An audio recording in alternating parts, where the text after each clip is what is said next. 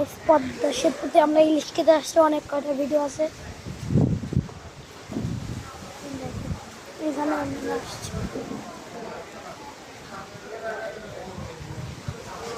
এখন আপনাদেরকে পুরোটা দেখানো হবে। চালানো একবার দেখিয়েছি তো অর্ধেক, মানে অল্প অল্প ছোটো ছোটো করে পুরোটা পুরো জায়গাটা